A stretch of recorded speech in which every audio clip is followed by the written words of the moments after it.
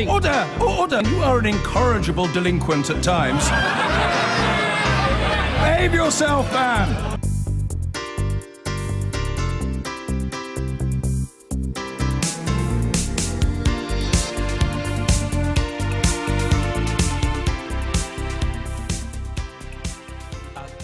The Bank of England governor has become one of the most influential voices yet to warn about the damage being done to the world's oceans.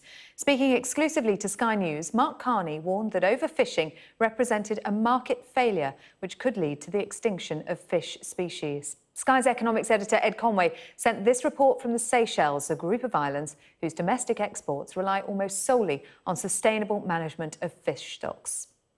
To be able to bring enough back, we now have to go further and further out because our traditional fishing grounds are no longer productive. Keith is one of millions of people who make their living from the sea. It's like the moment of anxiety. Am I going to catch? Am I going to catch enough? Am I going to be able to prepare the crew? And like many others, he's sounding an alarm. We used to stay out from 6 to 8 days and we'd get significant cash to cover expenses, earn a significant income to take home. But now, to be able to bring the same amount of money home, we have to stay out till double the number of days. So this is due mainly, I would say, to overfishing. The Seychelles, like many small developing economies, has sold the rights to fish in its waters to boats from the European Union. What is a man from the Basque country doing here, thousands of miles from home? Historically, our small boats went to fish over there. Now, the small boats becoming bigger boats like this. Yeah, it's then, massive. okay. And most of the fleet is Spanish and is French. Modern fishing techniques, bolstered by sonars and computers, have allowed industrial operations to gain more for cash. This tuna. Wow, okay, you can we see have go to take the tuna, shoot in the net here, and take this the tuna. Easy. Easy for me. Tuna is coming. Tac, tac, tac, tac, tac, tac, tac. How many hours is this process? Hours. It's just minutes. Minutes. But in recent years, the statistics have revealed something disturbing. It's been an article of faith in fishing circles for as long as anyone can remember that there was a pretty much infinite number of fish in the sea, that however big the population got, you'd always be able to find fish for the table. And for most of the 20th century, that was pretty much borne out by the numbers. Decade after decade, the number of fish being caught rose and rose. But in recent years, something changed, and the fish catches started, for the first time in history, to fall. For some economists, it's an illustration of an old theory, the tragedy of the commons. We all own the oceans, and yet none of us does. It's common property. And there's nothing to stop each of us individually doing what we want with it.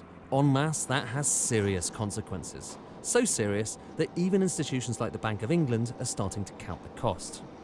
It's individually rational behavior, the cost of having another cow on the common pasture. For the individual, it's a net benefit, but for the group, it can lead to overgrazing and net cost. The extra fishing trawler in the high seas, again, individual benefit. For the world, overfishing, but potential extinction of some fish stocks, all these other feedbacks. So those are market failures. But those market failures are exacerbated by a growing population and unprecedented demand around the world for fish. This tuna cannery in the Seychelles produces 1.6 million cans a day, much of it going to the UK and Europe. We are talking about 60% of fish stocks being overfished. So this means that we are putting extremely heavy pressure on our marine resources. Some academics think we're running out of time.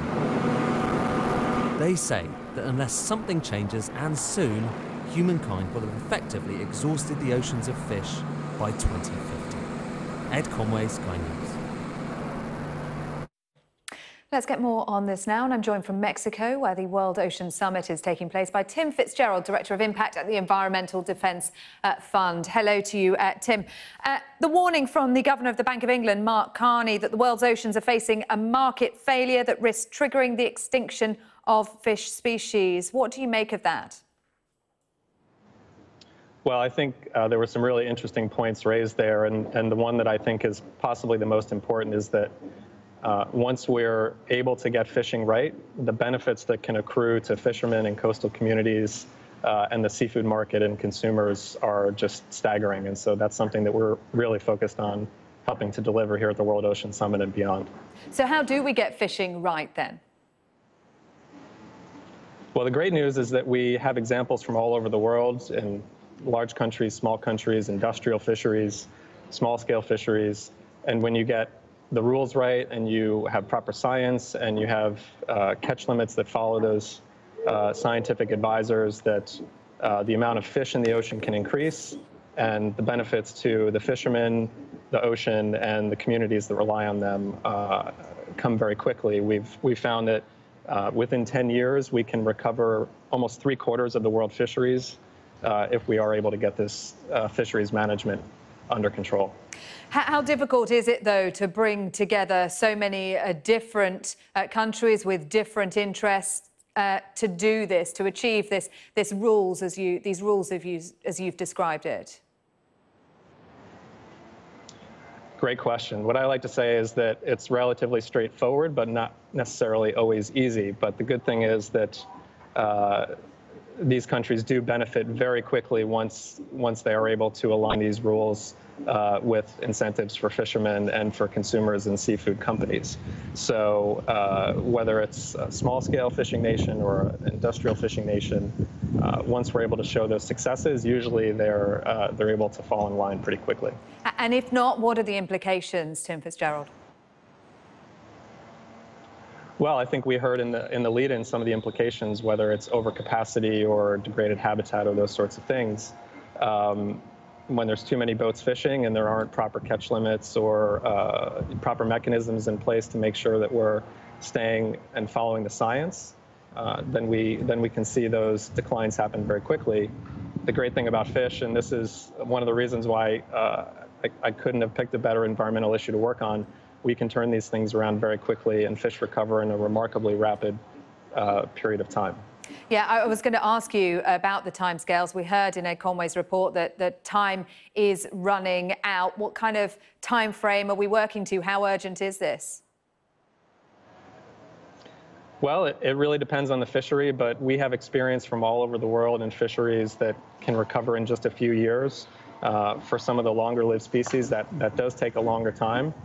But one of the really great things that we're hearing a lot at the World Ocean Summit is that there's more interest than ever in not only getting governments and scientists and civil society to work on this problem, but now investors as well. And we're really excited about the opportunity to bring more interest, more capital, more dollars, more influence to solving this problem. OK, Tim Fitzgerald, thanks very much indeed for joining us from the World Ocean Summit there in Mexico. I've been